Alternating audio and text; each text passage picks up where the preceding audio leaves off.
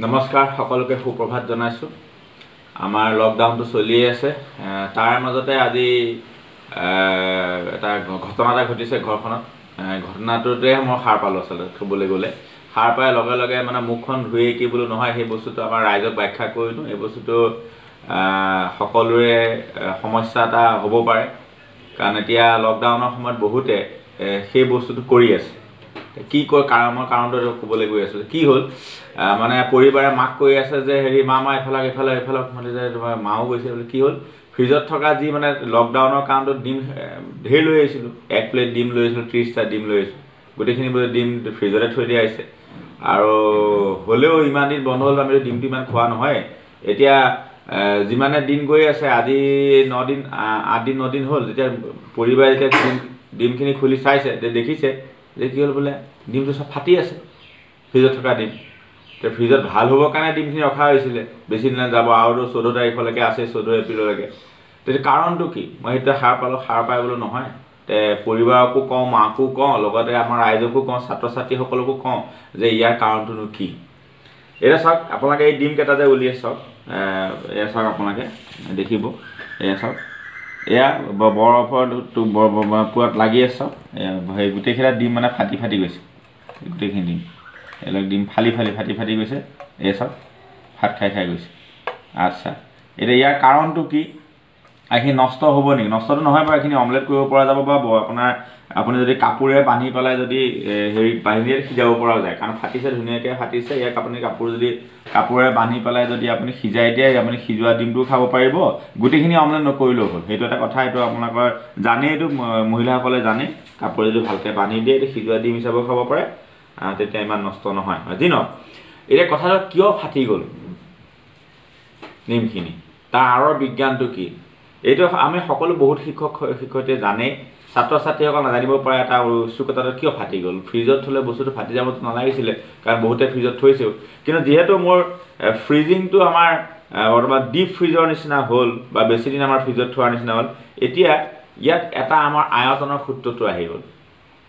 আয়তন ভলিউম তেনে কি হ'ল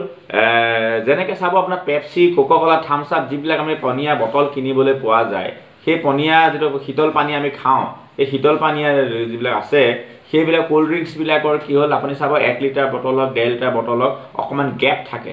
পুৰা ওপৰলৈকে একদম পুৰা সবসপিয়াকৈ ভৰাই থোৱা থাকে কাৰণটো হৈছে আপোনাৰ তৰল মানে লিকুইডৰ পানীৰ তৰল পদাৰ্থৰ যেতিয়া ফ্ৰিজিং হয় ঠাণ্ডা হয় বৰফ হ'বলৈ যায় তাৰ আয়তনটো বৃদ্ধি পায় আৰু তাৰে কাৰণটো হৈছে এটুকুৰ বৰফ গোটা পদাৰ্থ হলেও হি পানীত উপঙি থাকে তে বৰফটো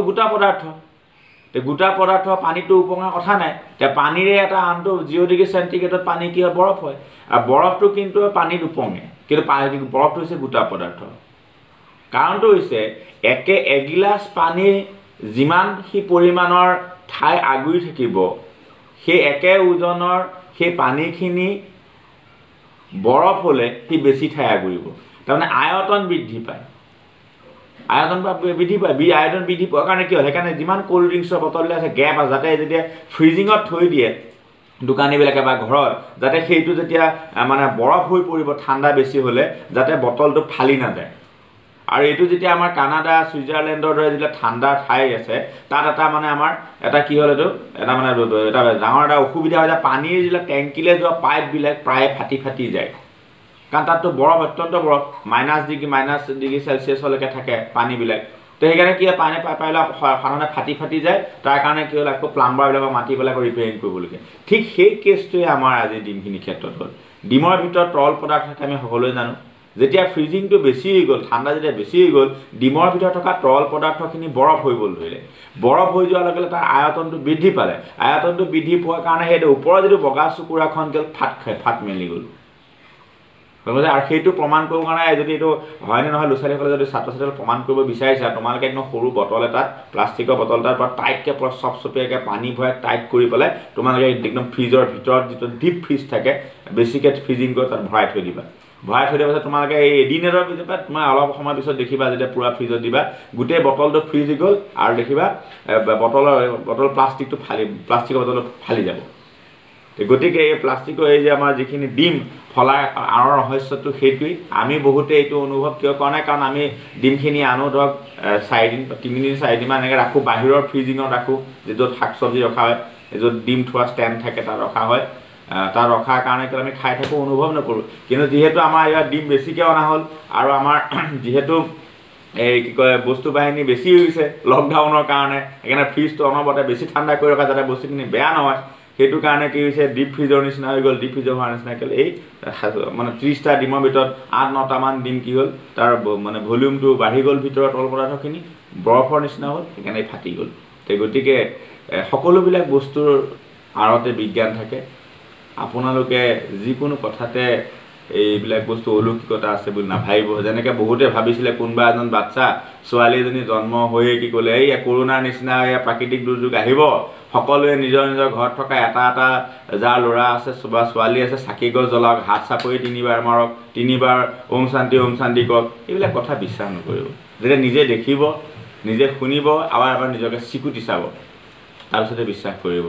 এইটো সাধাৰণ এটা বিজ্ঞান ইয়াত কোনো অলৌকিকতা নাই ব্যাখ্যা কৰিলে আজি এটিপতে ধন্যবাদ